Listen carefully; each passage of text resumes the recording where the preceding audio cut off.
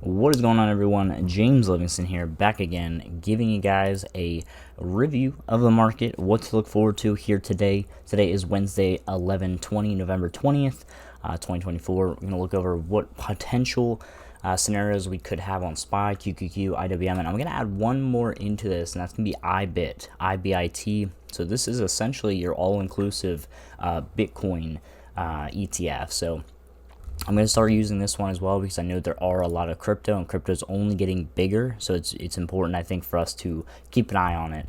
But overall, looking at the daily here on SPY, we can see I'm going to go in just a little bit further even to the 4 hour and just show you, yesterday, picture perfect, played out to a T. Once we broke that 588.40, like we talked about in yesterday's video, that really gave us way at least to the high of yesterday, and markets wanted to push even higher. So really nice push.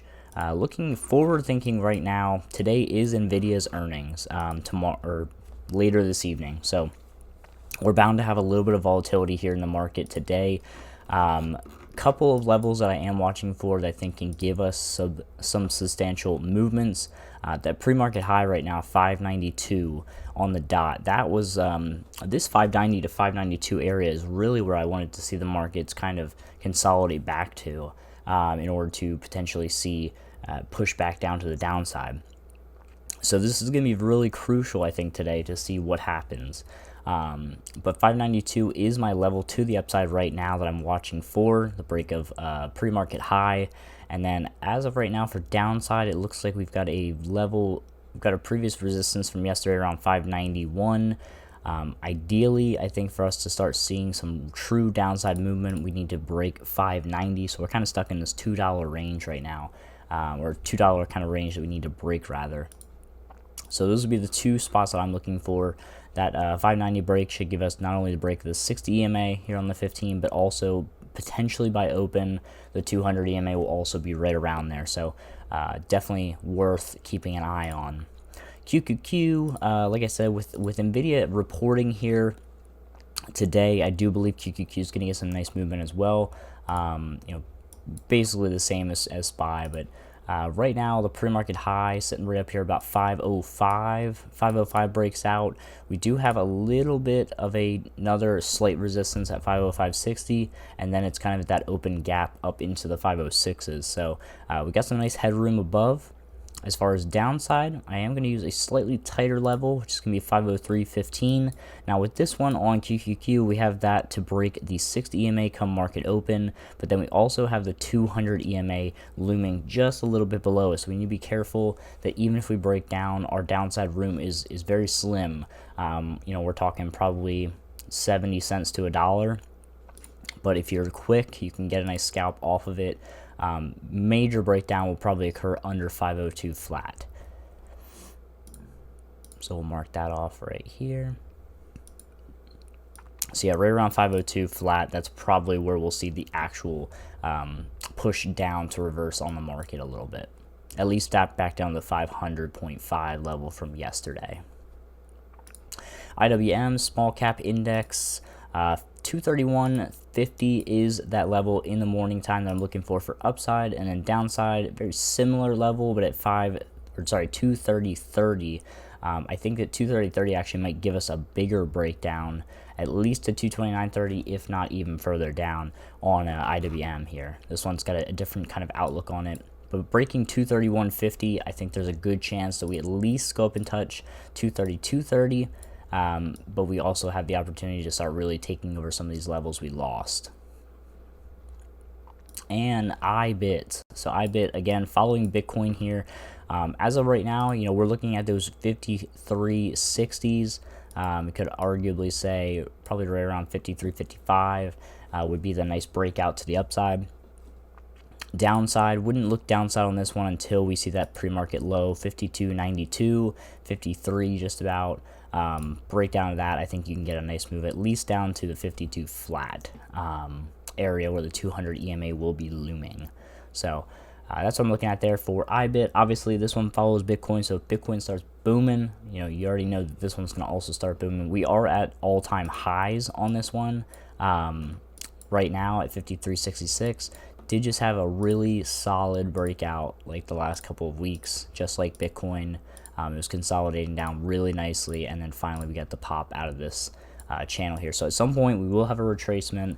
No one knows when, but something to keep an eye on, that we are pretty extended right now. So might be worth whipping out the old retracement tool from the trend line to where this current top is, and maybe we see retracements under 50.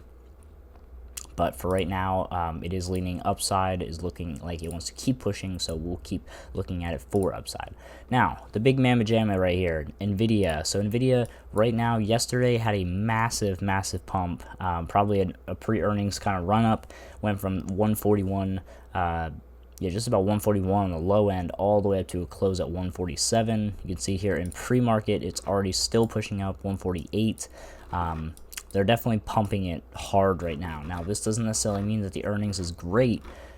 It could really mean that they're just trying to get a better short entry. Who knows? I mean, we've got a whole supply zone right up here that we're getting ready to come up and tap into at 149 to 150. Now, there was a key level we were talking about last week with NVIDIA, which was 149, I believe it was 60. Yeah, 149.60. If 149.60 breaks out, this thing can really start to get some legs. So we could even see that breakout here today before the earnings, and then who knows what happens after earnings. But as of right now, I am personally not looking at upside on this. I think the upside is getting slim as we approach this area, so I'm not looking upside until that 149.60 breaks. And as far as downside, you've got room if we break 146.40. 146.40 right here. If we can break it down, I think you can get a nice pullback into the 144, 145 range. So I kind of like the downside a little bit more here, but again, I don't like playing against a trend. So for now, I think this is untouchable. And our other favorite, Tesla. We talked about this flag pattern. Excuse me. This flag pattern on the 4 hour that formed, broke out on Monday, and then Monday kind of consolidated down. Tuesday had the breakout. We talked about this breakout yesterday morning that I said it could potentially pop right at open, and not long after open it did exactly that. We popped up. Now I did think it would push 350 a little bit harder, but I think it's leaving the door open today for that potential push of 350. So looking at upside here on Tesla mainly today, I think that it's got the opportunity here to actually push. So watching a specific level right now would be, this looks like about 346.80 or 347. 347 could also be a better target. 347.40, I guess it is. Sorry, and then downside, sorry, is looking like about 342.70, maybe even 342.40 to be safe. That would break us out of this trend, most likely take us back into the 330s. But right now, overall, the markets are getting hot again. They're heating back up. We had that nuclear talk, unfortunate news from Russia yesterday morning. Market seemed to not care one single bit, which is honestly to be expected. But I'm also going to outline a couple of stocks that I know some of the people in our Discord are playing, DraftKings right now, just so you guys can see exactly what I was thinking here. When it popped, we had that push up, and then we needed some kind of retracement for a better entry. At least that's what I was looking for. So I looked for the pullback into the 42.50 to 42.70 range. We got a picture perfect just right in the smack in the middle of that, 42.62, 42.63.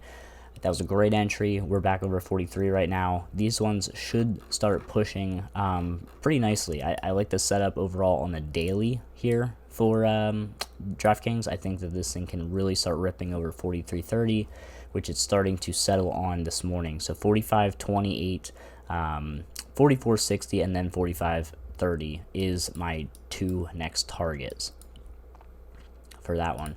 Now, this one here, INTC. So INTC, this was one that I had called out a little bit ago, and I still really like the setup on it. It just won't get volume. It just pushed up, flagged down onto the 20, the 60 EMA, and right now it's kind of just settling on top. We need some volume here. We need a strong push. I think once it breaks 25, this thing is going to get going. Like, we've still got some more gap to fill here. We're only about halfway through it. I think the target right now, if I'm correct, is this 200 EMA on the daily. I really do believe that price is trying to make its way up there. It's just a matter of timing right now. Now, our contracts for this one are for next week, the 29th. Here's the scenario. So what I'd really like to see is obviously a push sooner rather than later. There is a possibility that we can pull back down to 2390, maybe even down to 2380.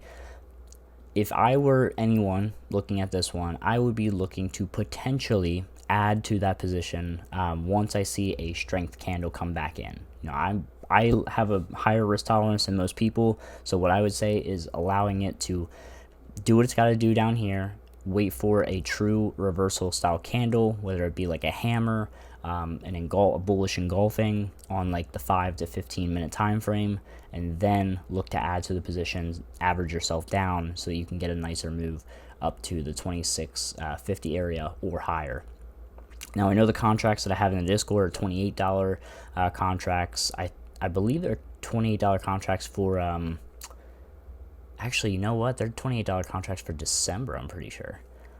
So they should be good. Like, you guys should be good sitting in these ones. And if you have the January contracts, like I also recommended, I'm not worried about it, to be honest. The only time to start worrying is if we break under 2350. 2350 is kind of like where it gets a little shaky. We start to flip a larger trend.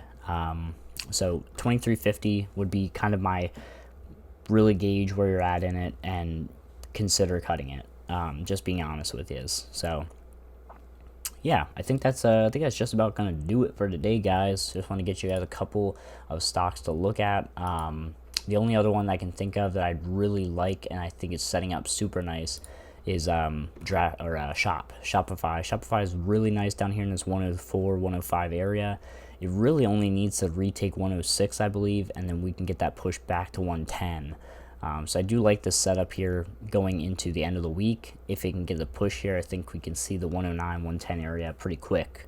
So Shopify is another good one.